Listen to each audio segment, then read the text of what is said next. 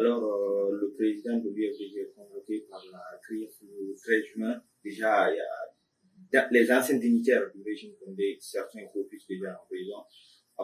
Si vous étiez à la place de celui d'Alain, est-ce que vous allez revenir se présenter devant la CRIF? Bon, vous savez, d'abord, dans cette histoire de la CELU, les gens créent beaucoup d'amalgames. Et dès que vous parlez de la CELU, on vous colle l'affaire Erguiné. Mais que ce soit très clair, si c'est pour l'affaire Erguiné, tel que c'est dépeint, je suis convaincu que la CELU est innocente. Il ne peut pas être incriminé. Parce qu'il ne peut pas être le ministre sectoriel qui reçoit des décisions du président de la République qu'il a décidé par décret et du ministre des Finances qui doit engager les finances de l'État et de la structure qui s'occupait de la privatisation, que tous ces gens-là soient blancs comme neige et que le ministre sectoriel qui devait juste engager son ministère sur le plan technique soit traduit en justice. Sauf s'il y a d'autres dossiers, ce qui est possible, qu'on lui reproche et qu'il doit prouver. Maintenant, moi, j'ai pas à conseiller à El Selou quoi que ce soit. El Selou a plus d'expérience de la gestion que moi. Il connaît ce pays et il sait ce qu'il a fait et ce qu'il n'a pas fait.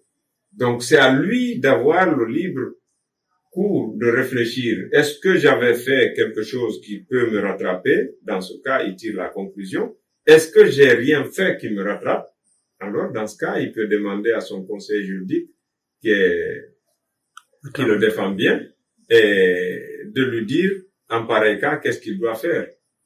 Mais pour moi, je suis consultant, mais puisque on m'a pas requis de le conseiller, donc je crois que, voilà, ce conseil, je le garde s'il me le demande, je lui donnerai ça personnellement. C'est mon grand frère que j'aime bien. Voilà. Est-ce que vous avez un commentaire sur l'exclusion de Ousmane Gawal au sein de l'UFDG? Bon, c'est un problème qui regarde l'UFDG. Mais ce que je peux dire, c'est que l'UMP est ouverte à Ousmane Gawal. Nous sommes prêts à le recevoir et nous serons très, très, très contents qu'il vienne continuer sa vision avec l'UMP. Nous pensons que c'est un cadre qu'il faut pas perdre et que perdre un cadre comme Ousmane Gawal, c'est pas parce qu'il est ministre. Avant qu'il soit ministre, il était Ousmane Gawal. Et après ça, il sera toujours Ousmane Gawal. Et perdre Ousmane Gawal, c'est pas intelligent. Mais je lui ouvre les portes, il peut venir, on l'invite à venir à l'UMP. Et puis avec nous. Comment se porte actuellement l'UMP? Ça va, on est en pleine restructuration. Nous sommes en train de finir de mettre en place notre projet de société. C'est que peut-être pas bon nombre de partis disposent ici et on est en train de finir.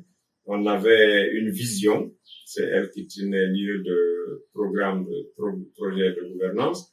Et dans la vision, on avait des lignes, c'est ce qu'on a développé dans notre projet de société. Et puis, on va lancer ça, on va restructurer le bureau complètement et après, on va essayer de préparer les élections prochaines. Nous devons compétir. C'est pourquoi, d'ailleurs, on a besoin de refaire peau neuve et il y a beaucoup d'adhésions. Il y a beaucoup d'adhésions. Donc, et on peut s'attendre à Boubacar Sidi Diallo candidat à la prochaine élection présidentielle. Je sais pas. En tout réalisme, je pense que on veut faire autre chose que ça. En 2020, l'UMP voulait présenter un candidat qui ne soit pas son président. Donc, on avait échangé avec des personnes ressources qui pouvaient vraiment gagner des élections. Mais quand on a fini de faire la due diligence sur la situation politique, on a compris que c'était pas nécessaire de compétir parce que c'était déjà tracé. Donc, vous savez, en politique, il faut être réaliste. Et de toute façon, la gestion de la chose publique, il faut avoir la bonne information. Quand vous avez la bonne information, vous anticipez sur les événements. Donc, ça nous a permis de comprendre ce qu'il fallait et de nous orienter vers d'autres priorités. Donc, mais les prochaines élections, attendons de voir les élections d'abord de proximité, et puis après, on verra la projection pour les présidentielles. Pourquoi pas. Monsieur Siddiq, merci d'avoir répondu à la question. Merci à vous et merci pour la disponibilité.